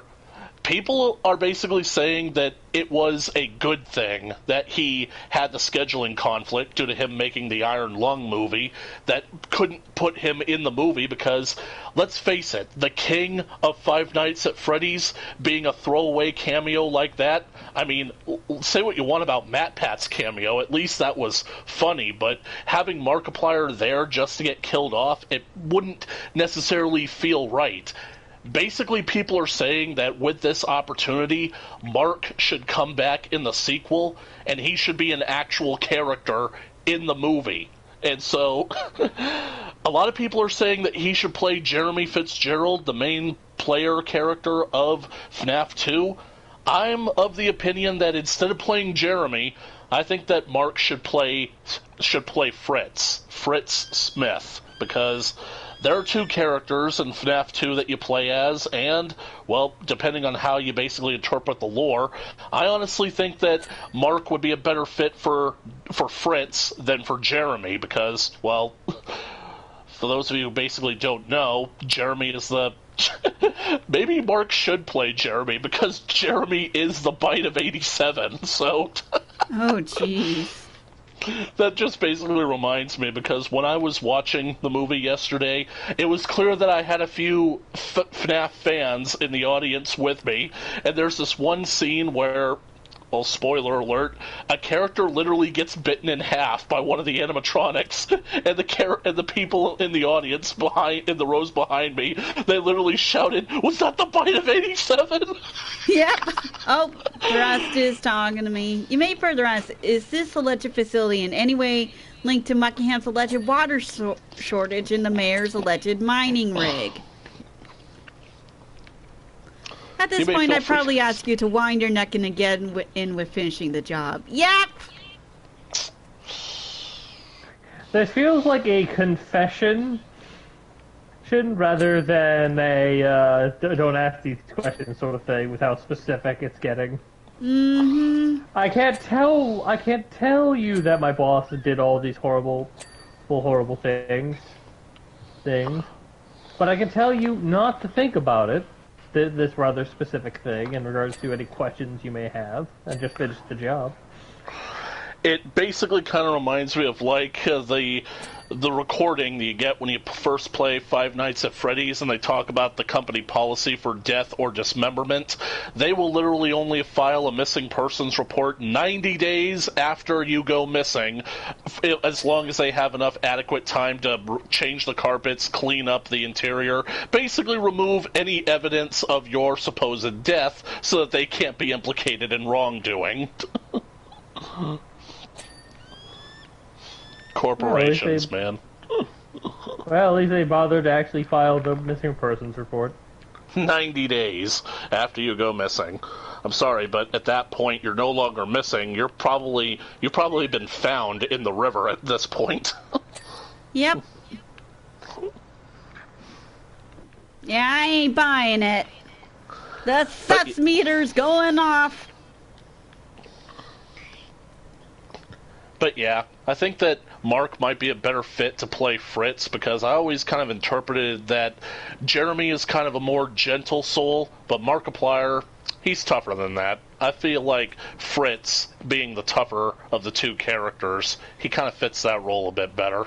I mean, I'm not surprised there. I mean, when Sister Location was out and it had that one bug in the Ballora scene. Oh, yeah. He actually managed to get through that night before the bug was fixed. There's a reason why. Earning his crown proper. Yeah, there's a reason why he's the king of Five Nights at Freddy's. He survived bugs.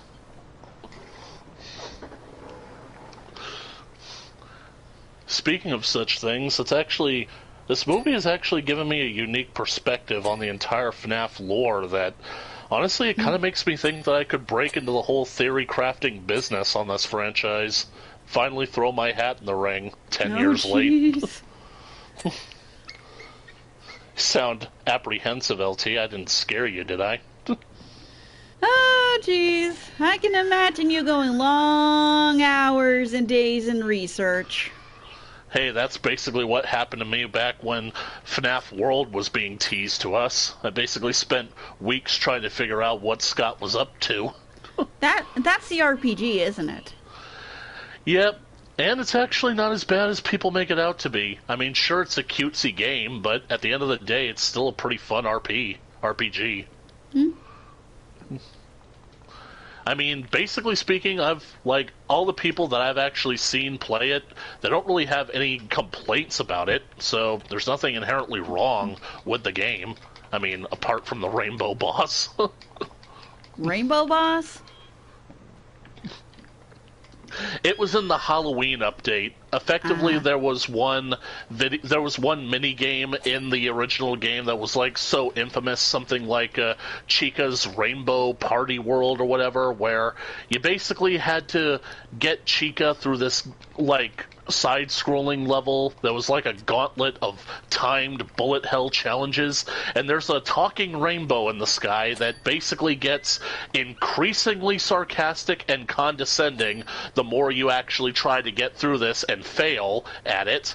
And the funny thing is that the game gives you an option to mute the rainbow, but if you do, the rainbow gets offended and crashes your game or something, or maybe it automatically kills you. But anyway, that level was so notoriously, infamously hard that when Scott released a Halloween update for the game, teasing a new final boss, suddenly when you get to this final secret boss, the talking rainbow shows up and squashes the boss and basically reveals that it is actually the final opponent that you need to defeat in order to get to the end of the game, which Wow, ego much? Yeah. And the thing about it is, this rainbow is actually so hard because you actually have a time limit on how long you have to beat it. Because when that time limit is up, it basically fires an absolutely unblockable and unsurvivable rainbow attack, and it's basically good night Irene at that point. That boss fight had people pulling their hair out.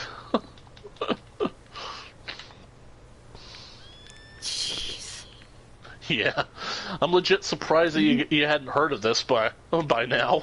No. That, I guess you never watched any playthroughs of FNAF World, huh? No.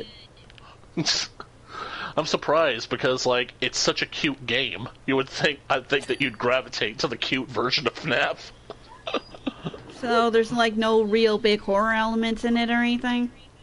Not necessarily. Not stuff that basically would freak anybody out. There is some kind of cryptic lore stuff in there, but I think that's ultimately just done to kind of, tease in certain things. The game does get meta at times, where the game basically talks to the player as if it's alive and conscious and whatnot. And there's actually kind of a subplot that basically kind of, it establishes that the FNAF World game somehow sets up things that happen in FNAF 3, and like I basically mentioned, beating the rainbow gives you a teaser for FNAF Sister Location, but I'd say that's basically about it. Okay. like basically the original game, it basically features you going through like this gauntlet trying to get to the final boss, and the final boss is revealed to be Scott Cawthon. And he's basically frustrated at the fact that he basically has made Five Nights at Freddy's, and everybody is always clamoring, trying to find answers and wanting to know more about the series, and he's basically kind of venting his frustrations against it, kind of. Wow. Yeah, and in the game all is actuality, he's having fun, isn't he? basically like the whole thing is basically just one big gigantic joke. So. Okay. But yeah, I think that you dig how cute the characters look. Yeah, I'll probably take a quick little peek into it. I mean, if basically, like, all you need to do is really watch the trailer, and you basically, at the end of the trailer, you just see, like, the character model for Mangle, and it's playing with a paddle ball. It's, like, one of the cutest things ever. Paddle ball. I can never seem to get those things, the paddle balls. And I think that basically what you gotta do is you just gotta keep the motion, you know? Yeah, well, that's the problem. I could never seem to get the motion right.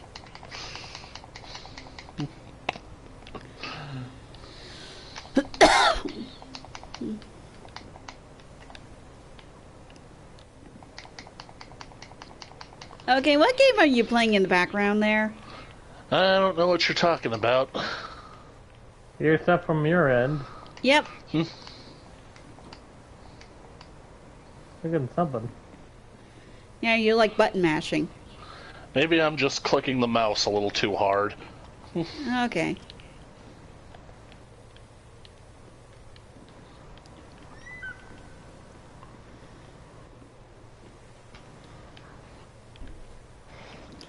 Anyways. 91%. Anyways, my sisters actually saw it, and they thought it was pretty good. Yeah, I think that this movie would definitely be pleasing for a general going audience. At least the audience that's brave enough to actually go see it. Yeah, no, not me. I'm a scared little Kitsune. I do not like horror. There we go. Even if you pay me something equivalent to $1 million Canadian dollars, I will not see any horror film. It's weird because I'm pretty sure like the only real scary jump scares in the movie are the Balloon Boy cameos. Oh yeah, there was one. Oh yeah. Something tells me Scott decided to put those in because he knows how everyone hates Balloon Boy. I have a feeling too.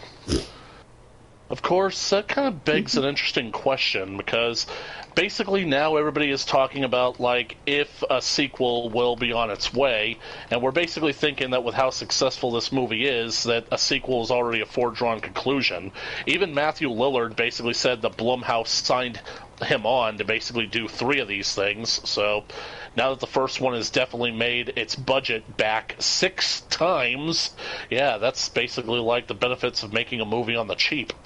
Anyway, it's definitely made money, so a sequel is definitely in the works, but everybody is basically saying that if FNAF 2 gets made, it's not going to be a prequel like the games were, it actually is going to be a proper sequel, so it's basically making me think, like, does that mean that the Balloon Boy character is already established, or is he going to get established in this game, or... I've confused myself. Yeah. Oh no, I've gone cross-eyed.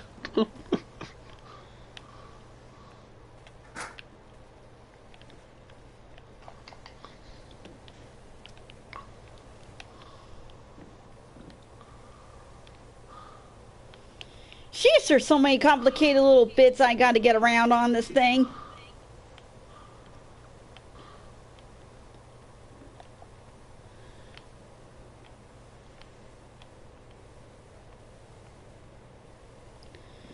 Hey. Why is it always the machinery ones that's always giving me the most trouble? Nooks and crannies, LT. Nooks and crannies. I'm still cleaning up the top here. A little more off the top.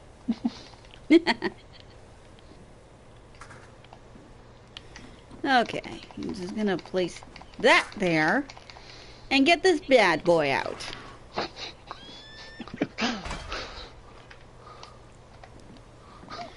That way I'll be able to get to these nooks and crannies without too many problems. Just makes me wish we could submerge this entire place in water.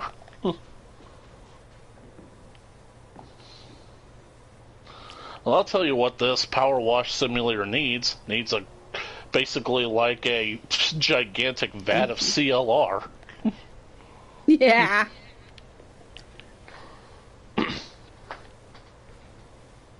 Considering all the rust and grime I'm constantly getting off. There we go. There we go. I'm not surprised you're suggesting the CLR. Yeah. I mean, I'm constantly seeing the infomercials of that stuff that's being sold out of my Canadian Tire.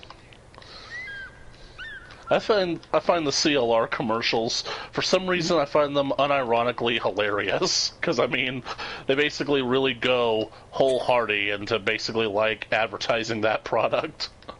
At least they show that it works. Yeah, definitely. But I think it kind of reminds me of, like, those funny infomercials, like that one infomercial called Head On, Apply Directly to the Forehead. Oh, God. It's like one of the most memorable things. Head On, apply directly to the forehead. Well, that explains the meme. Yep.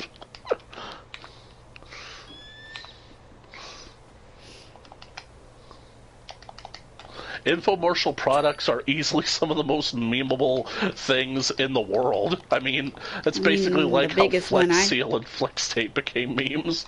Yeah, and Slap Chop. Yep. That tells you you're not supposed to hit the dang thing that hard.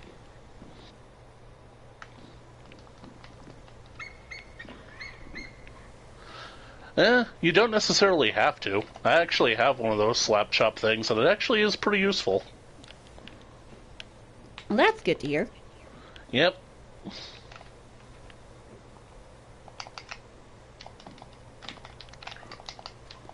Right, then.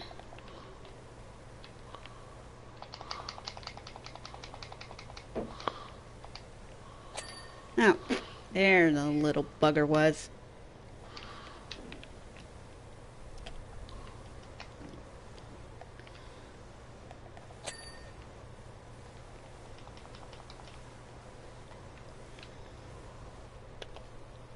I keep on forgetting about my extensions.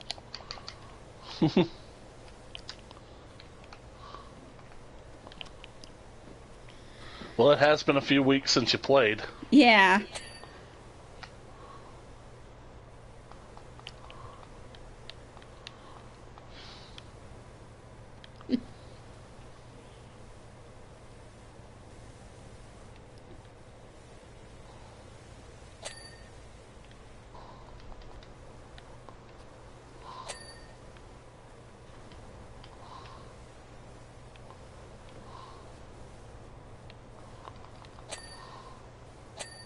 I have a sneaky suspicion after we're done this job, we're definitely going to get the rest of the supposed confession.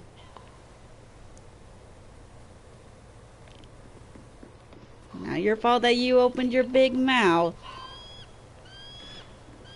Wait, no, it's not our fault you opened your big mouth. That's what I was trying to say.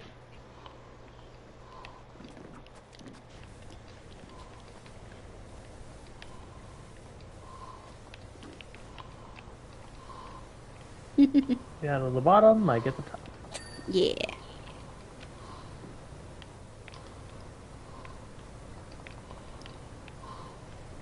Oop, sorry. No problem.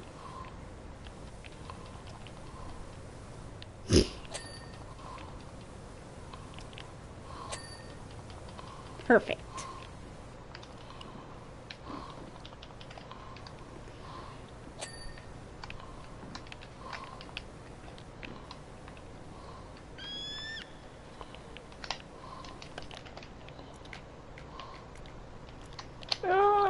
There we go. Nice. 99%. I am Yeah. the parkour master. Yes, you are.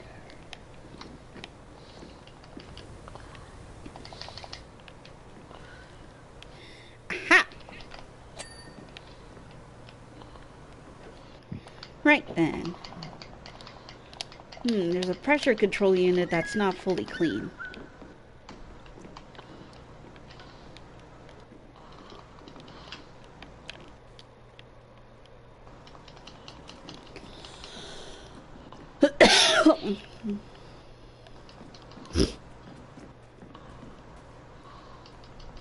Ah! Here it is. Alright. Oh, jeez. Go with that one. I will. Alright, got that.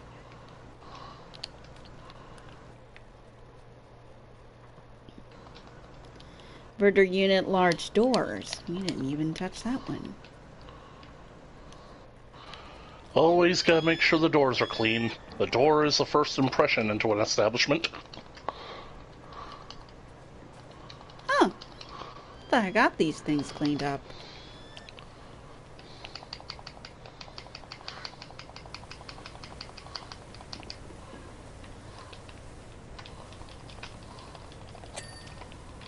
There we go.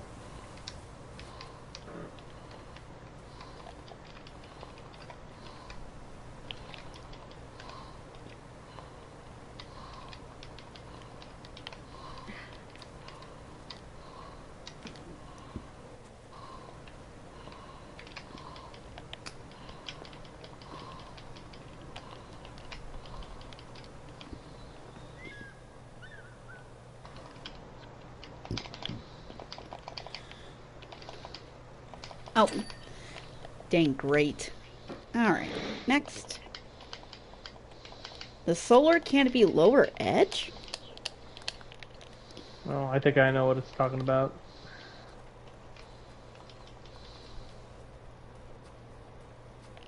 Thought I got this whole thing. Turns out I didn't.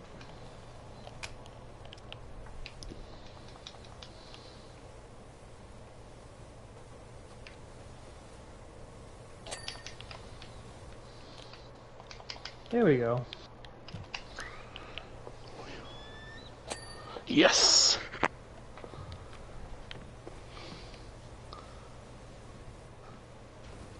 Oh,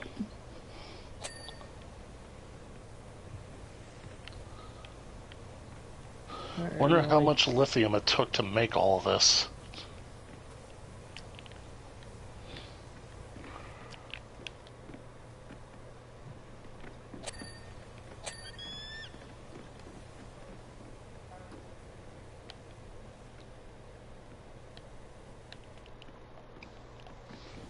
oh. Alright, 3 support arms and the lower platform ladder.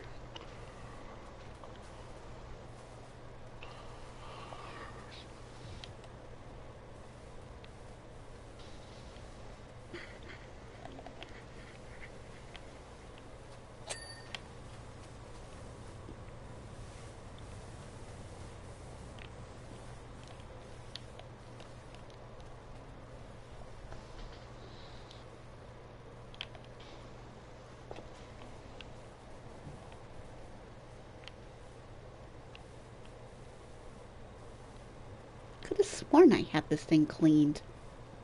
Well, I guess the game is expecting a high mirror shine. Oh. There we go.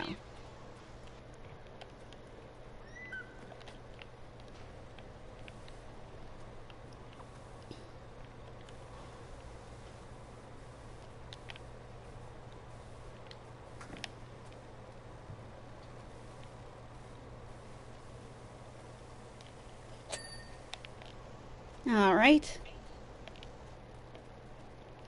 Just this one left now. Yeah. Oh, Like right up there, trying to reach it.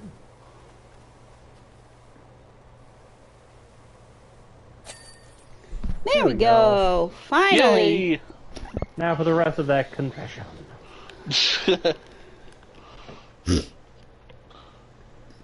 I think it's time you did some explaining, Mr. Thrust. And you finished that up just at the 2-hour mark. Yep. I must commend you on the quality of your work. Remarkably, the panels have increased in efficiency beyond the levels of... Oh, oops. Hang on. Achieved directly after installation. Many thanks. We won't hesitate to contact you again should we be in need, though. I ask you dial down the questioning during any future opportunities. Anna. And the ironic thing is, you weren't even asking questions. They were just basically giving in to their guilty conscience. Yep, and that is it. Yep, we've done all the bonus jobs. Yeah, we've done all the main jobs, all the bonus jobs, and the current DLCs. So yeah, that's it for PowerWash Simulator until like the next update comes out and the next DLC, which is going to be the Back to the Future special. And I can't wait for it. It's going to be a blast from the past. Oh yeah. So like always, I like to thank my partner in, dare I say, partner in grime, Chaos, for helping me with these big jobs. And the one who made me... you of your grime. Yeah. And, of course, the one who instigated said pun, the always fearsome Linkzilla. Always happy to be the pungent master. Yep. And like always, remember, the real magic you have is your imagination. And my sick parkour skills. Yeah, you are frickin' floating up there. Anyways, bye everyone! So take me away, I don't mind, but you better promise me I'll be back again.